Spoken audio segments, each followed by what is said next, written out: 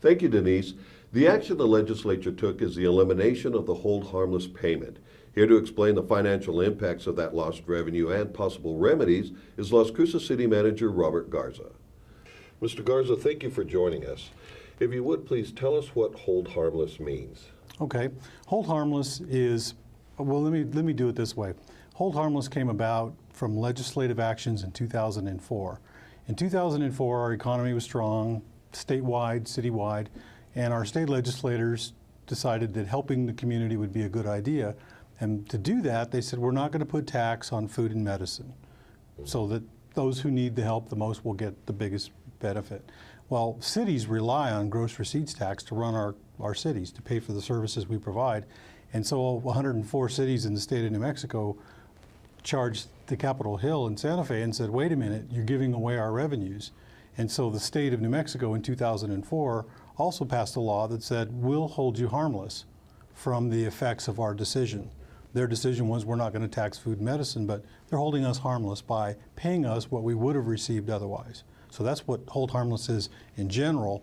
What it means to the city is about $8.7 million a year, every year, and growing. The more our city grows, the more that loss will grow. Okay, so the legislature this past session said, okay, we're going to do away with hold harmless. We're taking it away. When is that going to take effect, and over what period of time is it going to be phased out? Okay, the 2013 legislative session included a bill.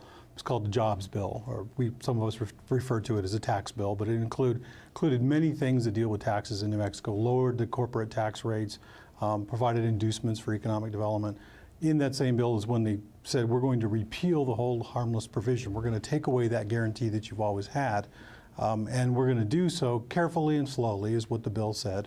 We're not going to put it in place for 2 years, so fiscal year 15-16 is when it would go into effect, and then it would be phased in over 15 years after that. So the full effect we would feel 17 years from now, not all at once. But an important distinction to know and to think about is, while in today's dollars we would lose $8.7 million, we've projected at the end of that period of time the magnitude of hold harmless would be as high as $19.6 million. Really what it equates to is about 11% of our budget. So when the legislature, when they decided to do away with hold harmless, they also allowed enabling legislation for local communities to kind of make up that revenue.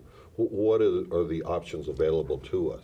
Well, there's distinctions depending upon how big your city is, and there's different provisions for cities and counties. Where the city of Las Cruces fits into this is we're one of 21 cities out of 105 statewide that are considered full service communities. We provide the full spectrum of services. For us, they've put in place the ability for our city council by ordinance to consider implementing gross receipts tax increases to offset the losses that we're going to be facing from the hold harmless. And they can do that in 1/8 increments. So they could do 1/8, 2/8, or 3/8. They can do that at any point in time, and they only do it by ordinance. There's no referendum, there's no public vote, and they could, if they chose to, earmark those funds for very specific things, or they could keep it general. Now, you said we're going to be losing X amount of dollars over this next 15-year period. If we do enact the GRT and we do the full amount, the full 3/8, will that keep up with the loss of revenue? In other words, are they going to offset each other in the end? The 3/8 GRT, if put in place in totality, would not be equivalent to the hold harmless distributions that we are going to be losing. And I think that there's more to be said about that. Not only numerically will it not equate to the same amount, but as time goes on, in our community particularly, because of our demographics, our age distribution, our retirees who live here, and the economy in general, I mean, we're one of the poorest counties in the state and one of the poorest states in the country. And our citizenry, when they have less money to spend, they spend their money on critical purchases. And what are those critical purchases for most households? Food and medicine. That aren't taxed. That aren't, and we don't get taxed on any of that. And it's going to be a larger and larger share of disposable incomes, in my opinion. So if the city council decided to enact this 3/8 GRT, and by the way, that's just a little under 38 cents for every $100. Correct. Is there a time frame in which they have to do that? Actually, the city council will have the option to consider implementing the gross receipts tax increases in 1/8 increments. They can do it all after July 1st, or they could do it incrementally over time.